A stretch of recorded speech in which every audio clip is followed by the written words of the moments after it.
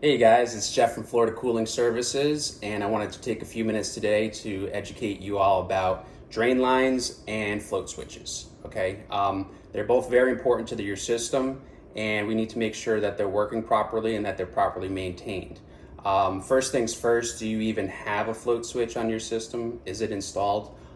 So let's go take a look at what they look like, and we'll go from there.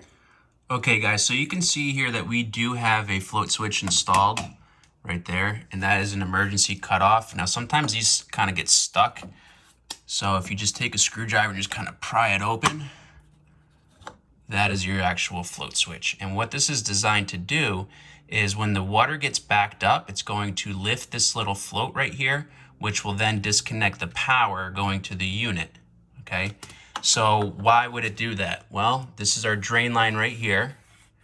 And what happens is our indoor coil will get wet and it'll start to sweat, just like a cold drink on a hot day. So all that condensate water needs somewhere to go. So it goes down this drain line right here, okay?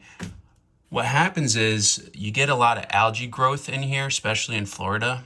So that algae will actually prevent the condensate water from going down. Then you end up with a clog, okay?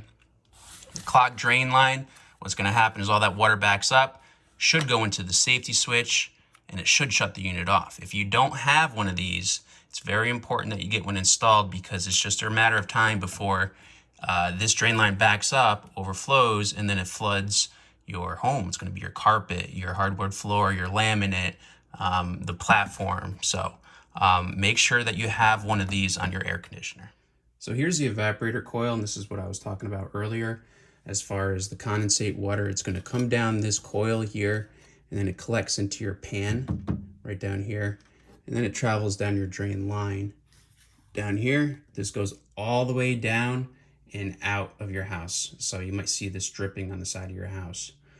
Problem is that, again, you're dealing with algae growth here in Florida. A lot of technicians that I've seen in the past will do a flush from right here at your clean out tee. So it just goes straight down and out. Well, the only problem with that is you're still missing all of this pipe right here, and you're missing the pan. So getting a good maintenance done by someone who's thorough is going to be really important for your drain line, especially. If you are comfortable doing it on your own, then what I would recommend doing is just hooking up a shop vac on the outside of the pipe.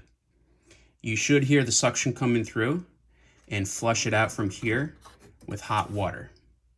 When you're done, just make sure that there's no water still in your float switch. That could trip the system. Okay, a lot of people use vinegar as well, and that's fine. You can use vinegar, but make sure you get all the algae out of the pipe first, because last thing that you want to do is pour vinegar down this drain line and have it break apart some of that algae, but that algae's still in your pipe, and it could still clog once it dries up in the wintertime. Last thing I'm going to show you guys is just lack of maintenance, and you can see, look at all that growth in there. So that's what the customer is breathing. Good thing that they called, because we're going to get all this cleaned up for them so that they don't have to breathe that anymore. Okay, so that's going to wrap things up for the drain lines and the float switches for today. That was just a real basic introduction to how those things work. If you're interested in learning more, because there is more to learn about those things, feel free to comment or send me a message. Other than that, I'll see you on the next video, and stay cool.